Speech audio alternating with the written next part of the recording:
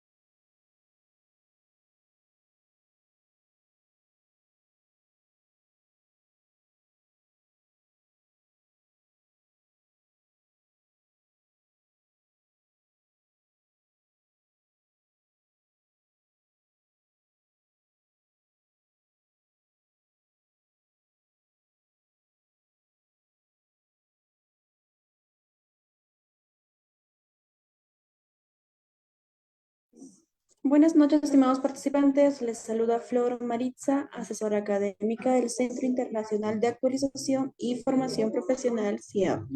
Agradezco la participación de cada uno de ustedes al diplomado de alta especialización Fisioterapia en Neurorehabilitación.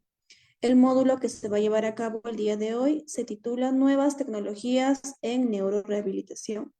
El ponente a cargo es el doctor Juan Carlos Ávila de Bolivia. Antes de comenzar con la ponencia, les voy a dejar algunas recomendaciones.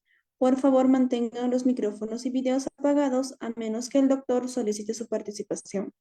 Para los participantes que desean solicitar la clase grabada, material de estudio y la certificación, les voy a dejar los números en el chat. Cualquier duda o consulta que tengan, los va a responder el doctor al final de la ponencia. Buenas noches, doctor Juan Carlos. Le doy pase a su ponencia.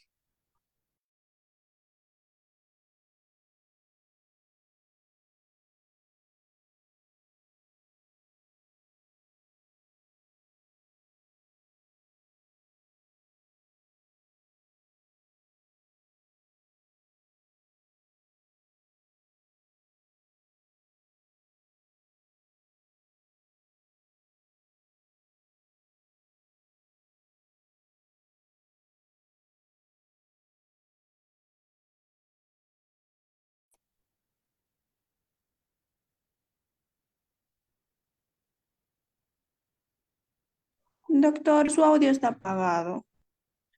Sí, ahora sí. Buenas noches, buenas noches. Bueno, vamos a comenzar con lo que es el tema. Se me escucha, ¿verdad?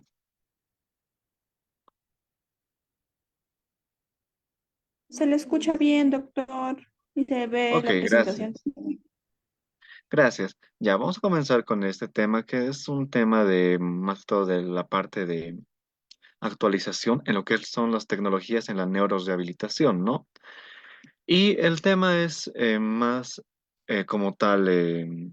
No profundo, no vamos a especificar como tal el mecanismo de acción de cada método, cada técnica o tecnológica que hay para la neurorehabilitación, pero vamos a dar un pantallazo que es de suma importancia, ¿no?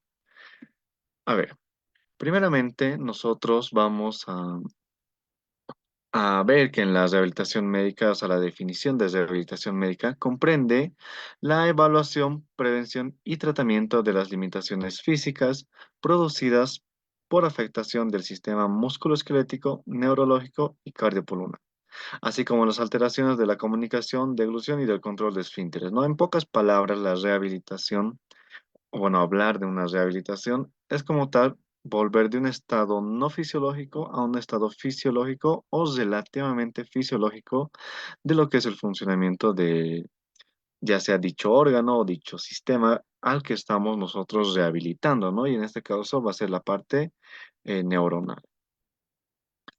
Primero, ahora, ¿a quiénes vamos a ir a dar esta rehabilitación, ¿no? Primero, en la parte del aparato locomotor hay el dolor de espalda, la artrosis, artritis, las tendinopatías, las escoliosis, la fibromialgia y secuelas postraumáticas, ¿no? Y aquí hacer un poquito de énfasis en lo que es la fibromialgia, que es muy incapacitante para lo que es el paciente como tal, ¿no? Lo incapacita totalmente, ¿no? Y una buena rehabilitación o sea, una buena técnica de neurorehabilitación, pues me va a dar un mejor resultado y un mejor hecho satisfactorio para el paciente. Luego, el número dos, en enfermedades neurológicas como tal, ¿no? En lo que es el ictus, el Parkinson, esclerosis múltiple, parálisis cerebral, miopatías, neuropatías y lesión medular, ¿no? Acá más dar relevancia a lo que es la parálisis cerebral y lo que es el ictus, ¿no? Y el Parkinson. En estos vamos a ver nosotros, o sea, es donde más se va a ver, es más notorio la parte de lo que es la afección neuronal y la rehabilitación va a ser igual más, como tal, más visible para el paciente como tanto para sus familiares, ¿no? Y entonces va a dar como tal lo que es una muy buena satisfacción para lo que es el paciente. Tres, en enfermedades cardiopulmonares, ¿no? Infarto de miocardio, insuficiencia cardíaca, arteriopatías y EPOC, ¿no? Esto más que todo va a la parte o bueno, nosotros nos centraríamos más en la parte de lo que es una insuficiencia cardíaca y el EPOC, ¿no? Porque en estas dos va a haber lo que es una disnea que es muy marcada como tal y esta disnea pues es lo que le va a incapacitar al paciente y como tal y lo que nosotros tendríamos que hacer es rehabilitarlo en esa parte de la disnea, ¿no? Es que no se canse mucho, entre comillas, o para decirlo más vagamente. Cuatro, en misceláneas que es en amputados, trastornos del habla, deglución e incontinencia, ¿no? Esto más que todo, la rehabilitación o las técnicas acá cada vez hay más como tal, más técnicas, más aparatos como tal para ayudar a la rehabilitación, que en este caso los amputados es de más relevancia en estos casos, ¿no? Entre comillas, darle un miembro artificial sería el sueño de todos, ¿no? Darle un miembro artificial que funcione a voluntad del paciente, ¿no? Y eso enseguida lo vamos a ver de a poco. Ahora, ¿qué posibilidades vamos a tener con estas nuevas tecnologías? Es de conseguir lo que nunca se ha logrado, mejorar lo que hacemos y la forma de hacerlo, facilitar el acceso a intervenciones eficaces y nuevos modelos para gestionar la cronicidad, ¿no? Esas son las posibilidades de ir o indagar en nuevas tecnologías. Ahora, vamos a empezar con esta que es la prótesis de miembro superior, lo que les decía. En las prótesis hay dos tipos, ¿no? De prótesis, cuando el paciente está amputado o cuando el paciente tiene, o sea, sí tiene el miembro, pero como tal no está, ¿cómo les diría? No está amputado, sino tiene alguna afección que lo paraliza como tal el miembro y está ahí, se podría decir, entre comillas, de adorno, ¿no? Y entonces en estas prótesis de miembro superior tenemos las que son mecánicas, las de tipo mioeléctricas y las que son de tipo mixta, ¿no? Que las mecánicas se introducieron en la parte de 1972 y las mioeléctricas y mixtas de 1940 a 1950, ¿no? Ahora, el control de esos movimientos, es decir, va a tener unos movimientos básicos, se podría decir, no va a ser, en pocas palabras, no va a reemplazar como tal un miembro superior, pero le va a dar unos dos movimientos de control básico, ¿no? Que es la flexo-extensión del codo y la apertura y cierre del puño, ¿no?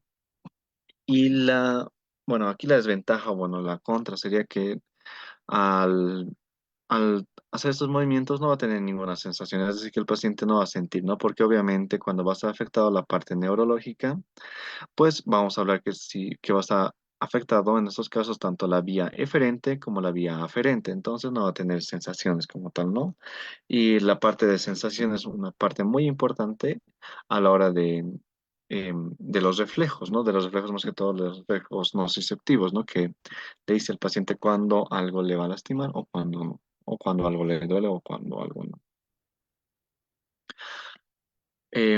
Ahora, en artículo como tal de acá que se dio que lo pueden ver aquí el título, que es de la revista Clínica. Ahora, acá, este artículo es del 2011 y este artículo como tal nos habla de, o sea, como tal, unos prototipos que hay, o bueno, que se quieren introducir, que es como tal, en pocas palabras, ponerle un parchecito en el cerebro al paciente o darle un parchecito. ¿Para qué? Para que se conecte como tal hacia lo que es la prótesis, ¿no? Y esto más que todo para facilitar lo que les decía hace un momento en el control, porque cuando hablamos nosotros del control de las vías, en pocas palabras, neurológicas, en este caso la vía eferente y aferente tienen que estar en constante coordinación. Y en este caso, la vía eferente, pues ya tendría ya como tal una muy buena, ¿cómo se podría decir? Una muy buena respuesta en estos casos, bueno, en esos prototipos que se hizo, porque, o sea, estos prototipos, si bien, como su propio nombre dice, no son prototipos, no, como tal, no se los comercializa, no se los usa, ¿no? Como tal, eh, son técnicas de rehabilitación que están como tal en experimento, ¿no? Para decir, para ver si funciona o no funciona, ¿no? Pero sí tuvo relevancia, pues, por la parte que, o bueno, por la idea que se tiene, que es implementar un parche, se puede decir entre comillas, de un, si quieren, un chip, verlo así, para que mande señales a lo que es la prótesis, ¿no? Y ya pueda el paciente, como tal, tener una vida un poco más hábil, como tal. Otro artículo que es en esta parte de la interfaz cerebro-máquina, que igual se empieza, ¿no? Que en ese artículo se menciona, que es del año 2013, que aquí lo pueden ver el título, pues como tal, en esta interfaz cerebro-máquina, pues nos dice, bueno, como tal no nos habla, ¿no? Acá que podemos, como tal, o sea, nosotros podemos controlar como tal, como nos dice, ¿no? De la parte del cerebro a la parte maquinaria, ¿no? ¿A qué me refiero con esto? Si bien nosotros, o bueno, hay autores y libros que dicen, ¿no? Que nuestro cuerpo es como una máquina, como tal, porque nosotros podemos hacer varias acciones que sean tanto de fuerza como de agilidad, pues esto se da gracias a la parte neurológica que en la parte motora, pues va a mover coordinadamente músculos, va a estimular agonistas, inhibir antagonistas y demás. ¿Para qué? Para que se haga como tal, un movimiento, ¿no? Entonces, en esta parte, bueno, este artículo te menciona que en la parte de la interfaz cerebro-máquina, pues que puede ser posible, pero en este caso tendríamos como tal que anexar una vía, se podría decir, ¿no? Como aquí lo pueden ver en el dibujo del cerebrito. Es decir, la vía como tal, o sea, esta vía, es decir, la vía piramidal en el caso de la parte motora piramidal y extrapiramidal, pues estas vías tendríamos que en pocas palabras como que sacar un cablecito o una axón en este caso para conectarlo o para ir como toda la parte de la máquina, ¿no? Ahora, la neurorehabilitación en nuevos paradigmas, ¿no? En este caso la plasticidad cerebral, ¿no? Aquí vemos que las neuronas poseen una gran plasticidad, los mapas corticales están continuamente remodelándose y el tipo de actividad, su repetición, la motivación y el ambiente influyen directamente en el proceso, ¿no? Y ahora, esto en el artículo que pueden verlo acá, que está citado de la revista El Server, pues nos habla de esta plasticidad cerebral como tal, ¿no? ¿A qué se refiere con una plasticidad cerebral? En pocas palabras, es como su propio nombre lo dice ahí, ¿no? Que una plasticidad, es decir, que va a estar en constante cambio la parte neuronal y dendrítica, porque a cada rato va a ir, como aquí los dice, ¿no? Los mapas corticales van a estar continuamente remodelándose. ¿A qué se refiere con esos mapas corticales? No se refiere a que en la parte de la corteza cerebral va a haber tantas conexiones entre neuronas, es decir, entre interneuronas, ¿no? Va a haber conexiones, conexiones, conexiones y demás, que va a ir, en pocas palabras, aprendiendo cada vez más y más lo que es el cerebro, ¿no? Porque eso nos dice la plasticidad cerebral, que el cerebro va a aprender y como tal lo va a guardar como recuerdo, ¿no? Y esto también es muy bueno porque es como que se podría decir que hay una memoria músculo neuronal, ¿no? ¿A qué se refiere con una memoria músculo neuronal? A que un ejemplo, ¿no? Que se pone es que cuando una persona empieza a manejar, pues cuando empieza a manejar obviamente siempre está atento como tal, está siempre viendo a todo lado o está muy nervioso ¿Y por qué? Porque no sabe todavía, ¿no? Y obviamente ya cuando ya empieza a manejar bien, ya sepas, ya domine como tal manejar un auto, pues ¿qué va a pasar? Pues lo va a hacer como si fuera de memoria, ¿no? Es decir, como si estuviera haciéndolo hasta sin pensarlo, ¿no? Va a empezar a moverse, va a empezar a pisar el embrague, el acelerador, poner la caja en primera, segunda y demás, y o sea, va a ser eso tan, o sea, le va a salir tan natural que va a parecer como si estuviera haciéndolo sin siquiera notarlo, ¿no? Ahora, acá en el tratamiento ideal en estos pacientes va a ser en la parte intensivo, que es que se varían de horas a días. Esto con objetivos bien definidos, es decir, definir muy bien la tarea en este caso, tiene que ser repetitivo y con la máxima implicación y motivación del paciente, ¿no? Esto, ¿Esto para qué? O sea, ¿por qué el tratamiento debe ser ideal con estos cuatro acápites que les acabo de mencionar? Porque si no va a ser intensivo, si no va a ser definido, si no va a ser repetitivo, en pocas palabras, no va a aprender, ¿no? Es decir, como les ponía el ejemplo anteriormente de cuando alguien empieza a manejar un auto y cuando ya sabe manejar un auto. Obviamente, si no practica, si no es repetitivo, si no tiene un objetivo como tal, pues obviamente no va a conseguir como tal esa meta de eh, lograr tener una plasticidad neuronal para como tal ya hacerlo, en pocas palabras, como si fuera naturalmente, ¿no? Y en este caso, en el caso de que, o bueno, en el caso de que este tratamiento deba fallar o hubiera algún percance o algo, hay algunas alternativas que se pueden implementar, que es la parte de robots y la parte de realidad virtual, ¿no? Que esa es la parte de la realidad virtual. En estos tiempos, pues es muy como tal como les digo, es muy ya relevante, es muy interesante. ¿Por qué? Porque cada vez es, entre comillas, valga la redundancia, decir más real como tal, ¿no? Y entonces va a ser una mejor motivación para la parte del paciente. Ahora, en la parte de robots, ¿no? En la parte de robots, esto que van a permitir asistir, dirigir o resistir los movimientos del paciente, ¿no? En este caso, en la parte de robots es una ayuda, como les decía anteriormente, va a ser una alternativa. ¿Por qué? Porque si bien el tratamiento ya puede, o sea, el tratamiento ideal varía o pasa algo en la parte de cualquiera de esos cuatro cápitas, pues en la parte de los robots, pues los robots ayudarían como tal a que el paciente realice esos trabajos, ¿no? O sea, le haría mover y demás cosas. Bueno, este anterior, tanto en la parte de miembro superior, ¿no? En este caso, de realizar manualidades, realizar agarre de objetos, o soltar objetos, señalar objetos, y más que todo la parte de escribir, ¿no? Esa parte es la más compleja y la que más se va a empezar, o sea, es como que donde hay un freno en esta parte de los robots, porque si bien sí podría hacer el movimiento, pues si comparamos el movimiento de un robot con el de un ser humano que esté en estado fisiológico, pues vemos que el movimiento tan fino que es de escribir, pues hay una varianza, ¿no? Y hay una muy grande diferencia, ¿no? Luego en la parte de robots también, pero en miembros inferiores, esto que más que todo con el entrenamiento de la marcha con aparatos electromecánicos y robotizados, ¿no? Esto más que todo en pacientes que han tenido una parálisis que les incapacita de la cintura para abajo mover los pies.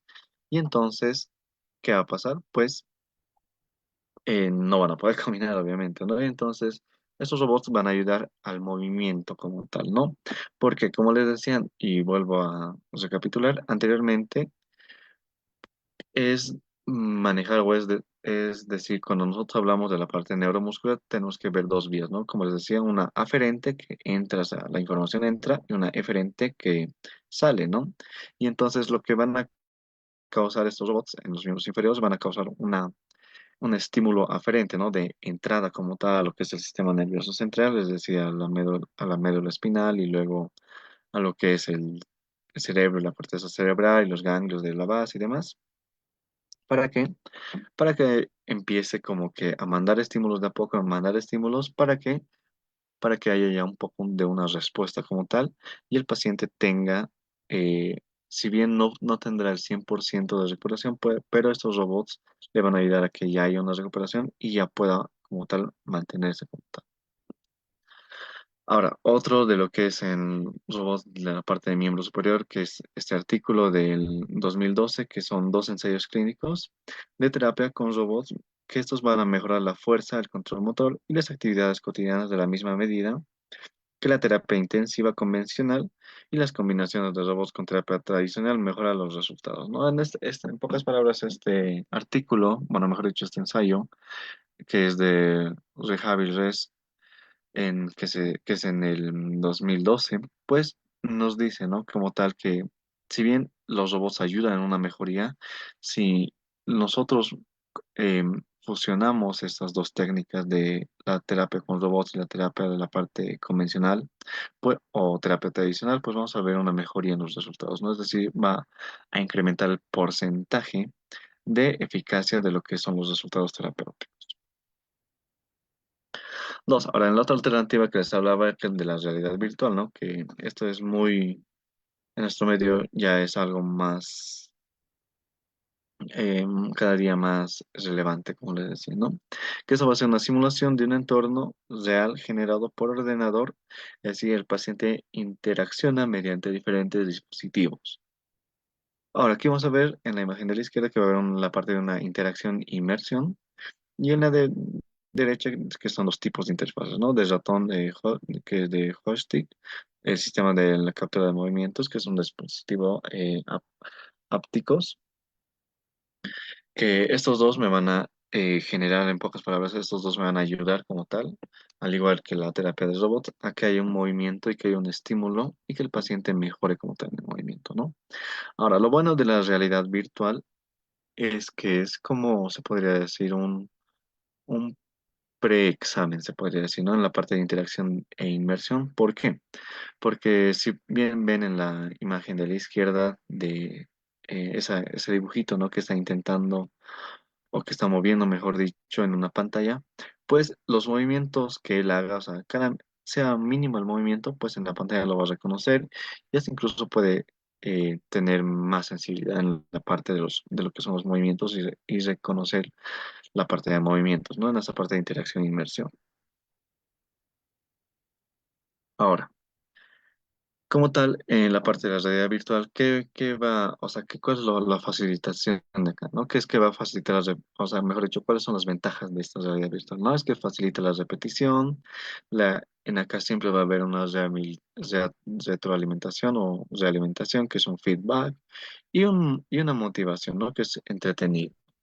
Pocas palabras, como les decía, las ventajas, o sea, en este caso va a ser que si bien va a tener más sensibilidad, es decir, voy a ver en pantalla y es más, como se podría decir, más divertido que estar a veces haciendo con objetos, porque una vez que ya logras, digamos, el objetivo, tienes que volver a ordenar, volver a tener todo en un lugar y demás, mientras que en estos casos desde realidad virtual con un simple botón, pues puedes volver todo al orden principal y ya como tal volver a iniciar, ¿no?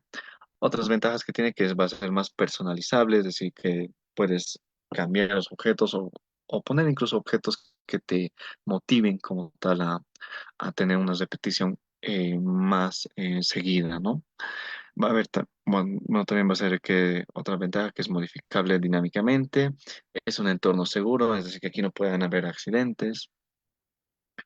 Y la supervisión de acá va a ser a distancia, ¿no? La supervisión pues puede ser desde a través de una ventana, se podría decir, ¿no? En un cuarto solo que el paciente esté interactuando con la parte de la realidad virtual, pues, y la parte del rehabilitador, pues, estar atrás, ¿no? De una ventana para verlo en pocas palabras o entre comillas de lejitos. Ahora, estos son equivalentes a los movimientos realizados en entornos virtuales y los del mundo real. O sea, siempre se hace, ¿no? Esta pregunta, si son equivalentes en los movimientos realizados en el entorno virtual y en el mundo real, y si la mejora la actividad motora y limitación funcional. Ahora, estas dos preguntitas de acá atrás, eh, pues sí son, es como decir, es algo que siempre va a haber esa duda con relación a lo que es el paciente, ¿no? Porque el paciente va a decir, no, o sea, yo prefiero, o sea, sentir o ver el objeto que está haciendo por una pantalla, ¿no? Y le dan pocas palabras muy poca, muy poca valoración a este método, ¿no? Y respondiendo que sí, sí son equivalentes a los movimientos realizados en el entorno, en los entornos visuales y los del mundo real, sí. ¿Por qué? Porque en pocas palabras los sensores en este caso de los guantes que ven en pantalla de este señor, pues van a captar tal cual los movimientos, ¿no? Y mejora la actividad motora y la limitación funcional, sí, también. ¿Por qué? Porque al hacer esos movimientos o al interaccionar o al tratar de realizar como tal los objetivos como tal, es decir, un ejemplo, ¿no? De alzar la taza o alzar esas bolitas o acomodar las bolitas verdes que ven en pantalla de ahí. El señor, pues sí, va a mejorar y va a ayudar, ¿no? Es decir, que en pocas palabras va a ser lo mismo que hacerlo con, con en el mundo real, ¿no? Con objetos reales, ¿no? La única desventaja, se puede decir, entre comillas, es que no va a haber ese estímulo aferente, ¿no? Es decir, no va a haber ese estímulo de tocar o de sentir como tal lo que está haciendo, ¿no? La única desventaja que puede haber. Ahora, en este otro artículo del 2012, pues acá nos dice, ¿no? De que es más efectivo que el tratamiento convencional en varios estudios, es decir, en parámetros de nivel superior, y esos estudios son muy heterogéneos y el tratamiento es prometedor, ¿no? En este caso, hablando de la parte de la realidad virtual y la rehabilitación convencional, es decir, fusionar el estos dos tipos de tratamientos, pues me va a dar un tratamiento más prometedor, ¿no? Es decir, es como que una ayuda, ¿no? Es como decir, sumarle y obviamente me va a dar un resultado siempre más alto, ¿no? Ahora, ¿qué alternativa es mejor? ¿Con qué objetivo? ¿En qué momento y durante cuánto tiempo? Es muy variable, ¿no? Estas preguntitas, ¿por qué? Porque no se está haciendo como tal los estudios muy relacionados, es decir, no se está haciendo estudios muy como tal, ¿cómo les diría? No se están haciendo estudios muy grandes para ver como tal, ¿no? Y por eso salen estas preguntas de estos estudios que se hacen, y más que todo en ese artículo de si la alternativa es mejor, o sea, qué alternativa es mejor, con qué objetivos se va a hacer y en qué momentos y durante cuánto tiempo, ¿no? Y recalcar siempre durante cuánto tiempo, porque eso es lo que como tal es un poco variable, ¿no? Hay pacientes que pueden tener una rehabilitación en muy corto tiempo y otros que en muy largo tiempo, ¿no? Y eso es un poquito controversial en el caso de este estudio. Acá en esos otros cuatro estudios, ¿no? Que nos dicen, ¿no? De la efectividad de la realidad virtual en intervenciones y en la parte psicológica, pues aquí vemos que sí tiene, ¿no? Como tal se podría decir, una mejoría o una motivación un poco más alta en porcentajes. ¿Por qué? Porque, como les decía, es más dinámico, es más entretenido y demás. Ahora, en este artículo del 2013 que nos dice, no nos habla de la realidad virtual como terapia, pues en acá vemos, o bueno, nosotros vamos a ver que es una herramienta que es bien utilizada, puede mejorar en algunos parámetros del resultado y es completa y mejora el tratamiento convencional, pero no lo sustituye, ¿no? Obviamente no lo puede sustituir al tratamiento convencional, pero sí lo va a mejorar. Y es atractiva para el paciente, ¿no? Como les decía anteriormente, esta es más, como tal, más entretenida y demás. Ahora, en este otro artículo que es la telerehabilitación, ¿no? Ahora, que para entender lo que es la telerehabilitación, tenemos que ver qué es, ¿no? ¿Qué es la prestación de servicios de rehabilitación por medio de sistemas electrónicos basados en las TICs? Ahora, este artículo del 2008 nos hace como tal referencia a lo que es una telerehabilitación.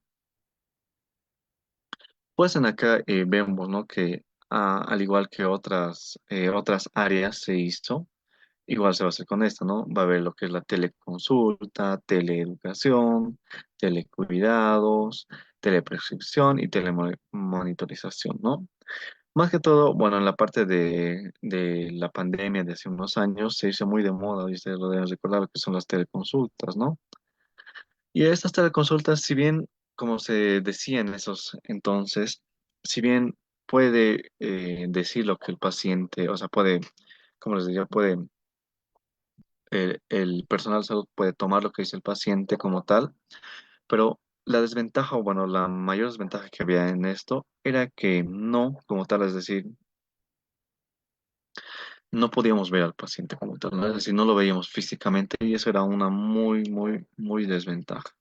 Porque hay veces que el paciente te dice una cosa, pero en realidad es otra cosa, ¿no? Y eso es un poquito una desventaja de la telerehabilitación como tal. Ahora aquí vemos, ¿no? En la telerehabilitación vemos el cuadrante de intensidad y duración, y de intensidad media baja y de duración larga, ¿no? Que podemos ver. Y la telerehabilitación, pues, está en un buen lugar, se podría decir.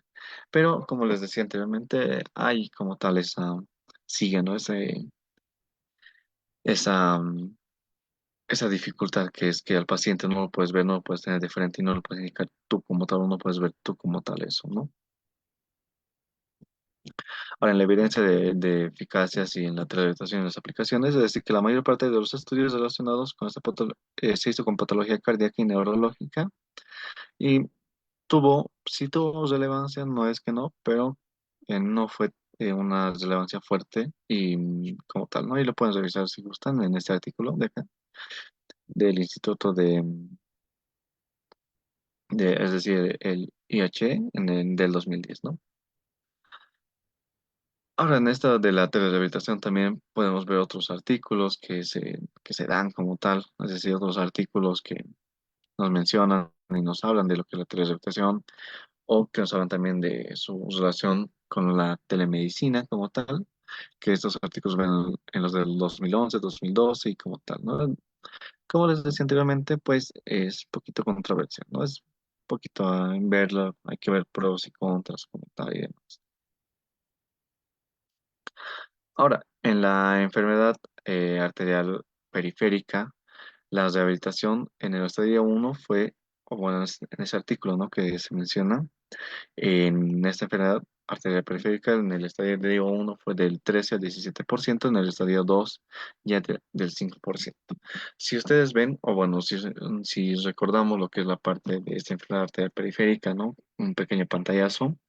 Es en pocas palabras la parte de la circulación, ¿no? Vamos a ver la parte de circulatoria, en pocas palabras la parte de las paredes arteriales de los miembros inferiores, ¿no?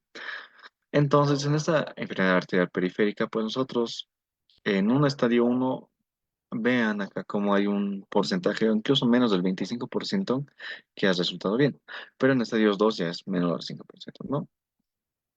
Por eso, como les decía, no es lo mismo ver al paciente que escucharlo. Por eso los programas de ejercicios supervisados son más eficaces que la medicina, que la medicación, mejor dicho, ¿no?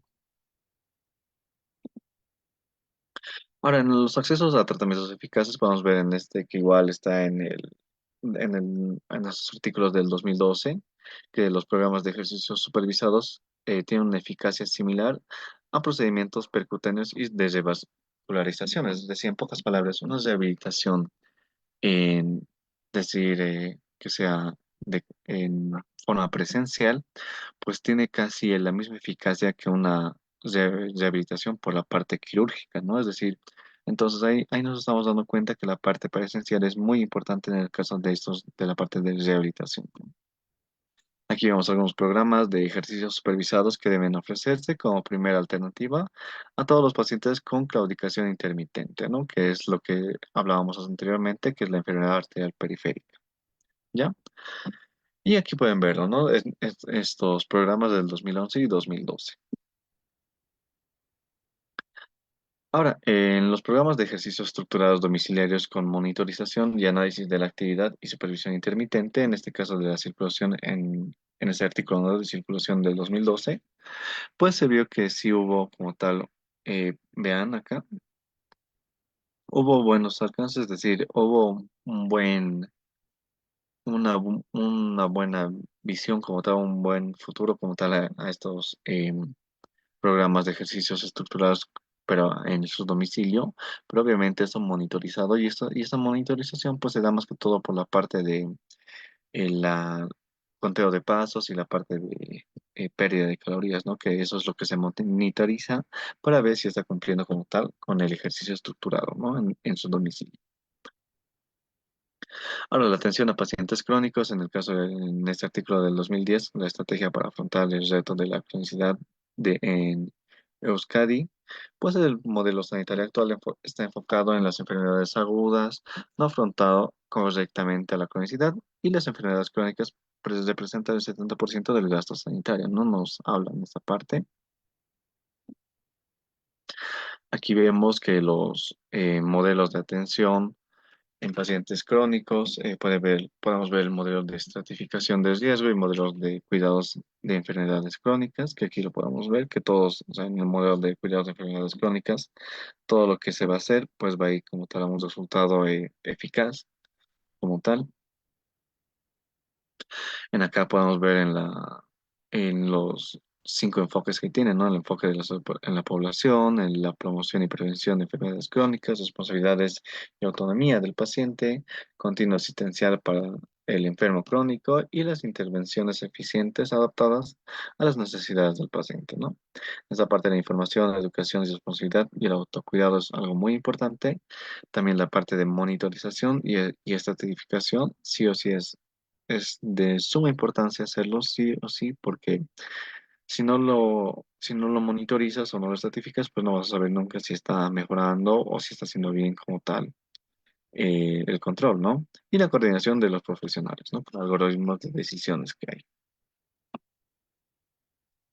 Ahora, en la educación del autocuidado, en este artículo del 2010, pues nos dice que la educación interactiva con elementos de multimedia es muy buena.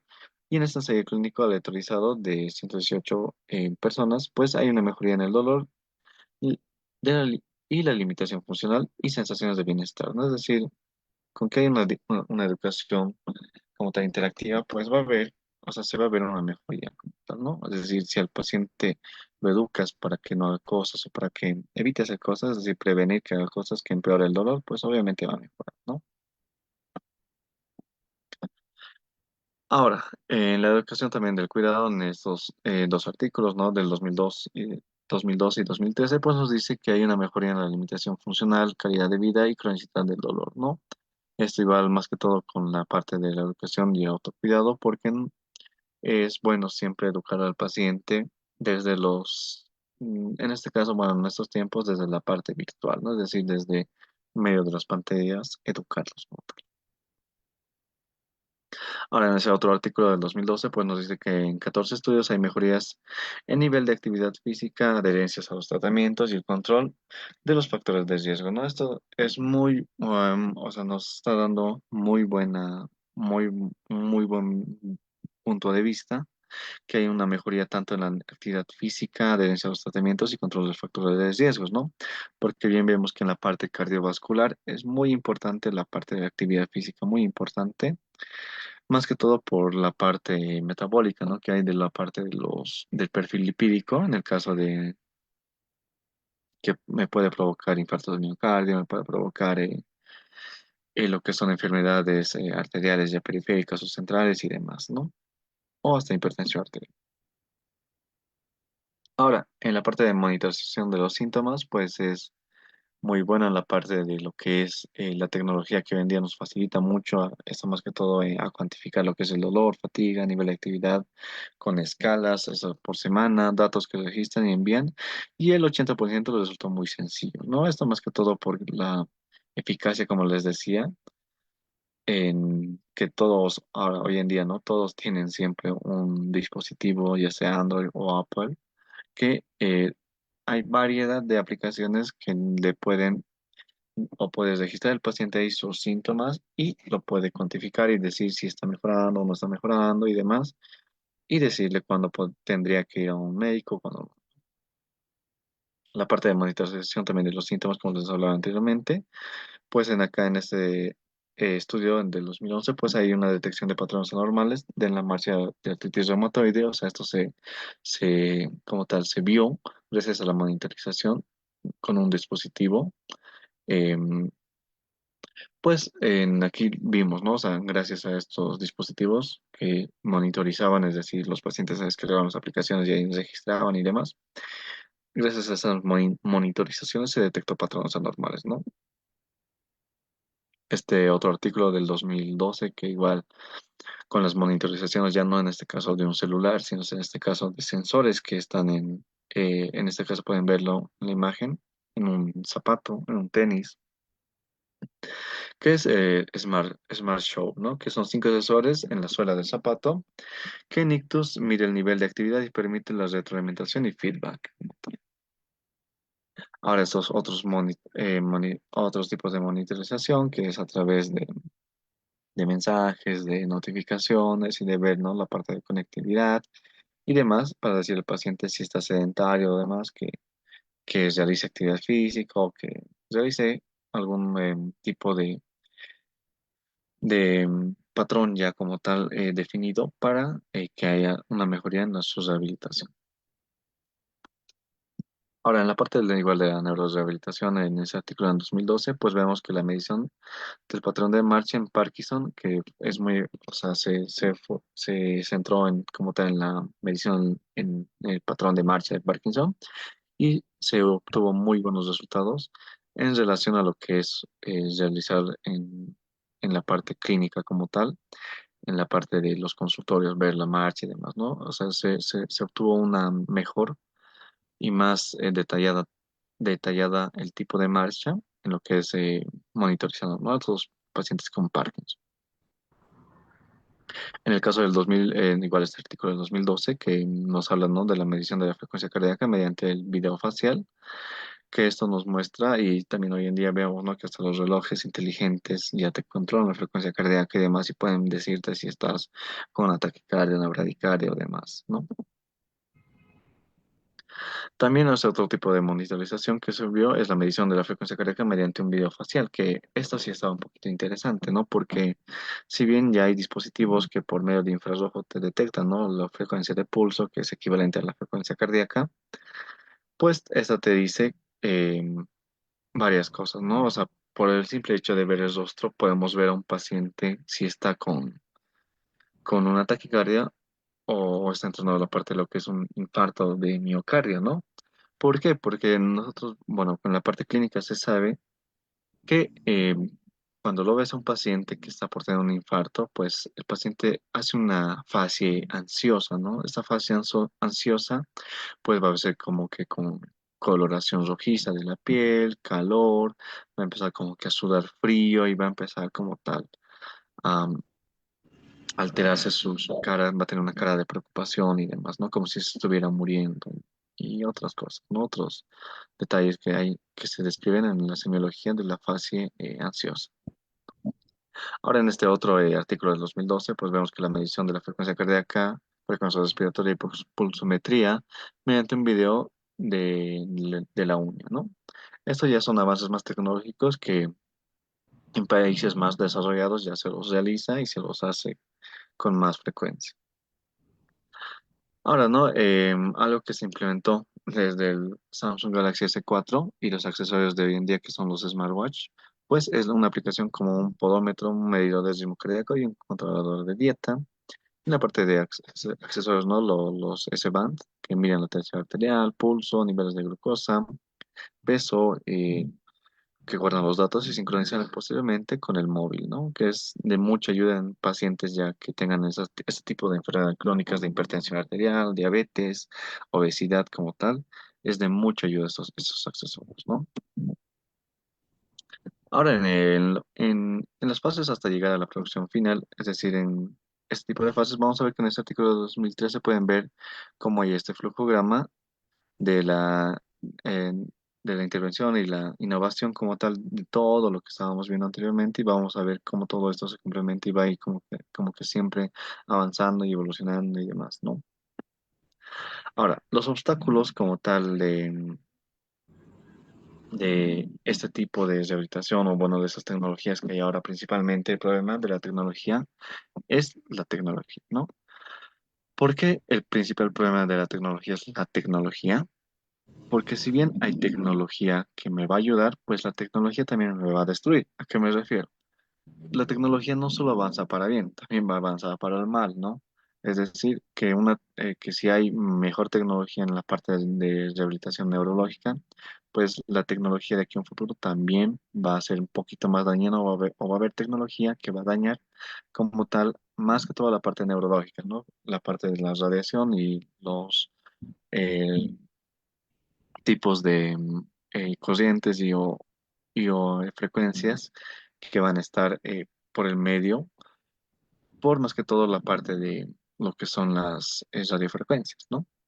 Ahora, ¿qué requisitos es para el éxito? Es decir, ¿qué requisitos tenemos que tener nosotros para tener un éxito en esta parte de una rehabilitación con una tecnología más actual, ¿no? Que sea atractiva para el gestor, que sea aceptable para el paciente, atractiva para el profesional y aquí facilitar, mejor dicho, de fácil utilización o fácil de utilizar, que sea segura, económica, personalizable y eficaz, ¿no? La parte económica es un poquito controversial porque si bien nosotros podemos hacer, em, como tal, si bien nosotros podemos ver que se financian como tal, ¿no? Es decir, porque obviamente es costoso, mientras más tecnológico se podría decir, es más costoso, pues un poquito controversial porque si bien puede ser financiable en algunos países, en algunos otros países también no puede ser financiable, ¿no? Em, Otras ideas bueno, unas ideas para superarlo como tal es la creatividad, la inteligencia, motivación y el trabajo en equipo, ¿no? Y es difícil acertar a la primera en todas las decisiones para saber, porque hay que saber rectificar y aprender de los errores, ¿no? ¿Por qué? A ver, esas ideas para superarlos, en la parte de creatividad, inteligencia, motivación y trabajo en equipo es, como se diría, un trabajo multidisciplinario, ¿no? Porque obviamente aquí no solo va a trabajar lo que es un médico como tal o un personal de salud, sino que aquí va a entrar también la parte de los bioingenieros, ¿no? Y la biomedicina, que estos me van a ayudar o a correlacionar la parte tanto médica con la parte de la ingeniería y como tal la parte tecnológica y como tal verlo, ¿no? Ahora, es difícil de aceptar en la primera y no todas, y en todas las decisiones y saber rectificar y aprender los errores, ¿no? Obviamente siempre, como se dice, ¿no? Para tener el éxito tienes que tener varios errores de por medio. Nadie, o bueno, ningún éxito se da a la primera, ¿no? Siempre hay varios errores como tal de por medio, ¿no? Bueno, eso sería todo con relación al tema. Gracias y bueno, ¿no? Como recomendación, antes sí se buscaba, ¿no? O buscar aplicaciones en la Play Store o en la App Store, en el caso de Apple, buscar aplicaciones para controlar como tal, ¿no? O para controlar cualquier cosa.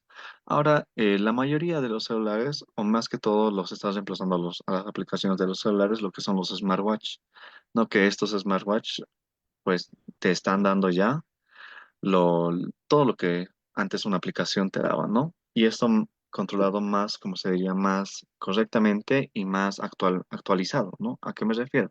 Que a cada rato va a estar actualizando los datos, es decir, de cuánto caminas y según a cuánto caminas, ver cuántas calorías estás quemando y ver también tu frecuencia cardíaca o frecuencia de pulso más exactamente, ¿no? Y eso en la parte de aplicaciones es como que ya los está sustituyendo como tal, ¿no?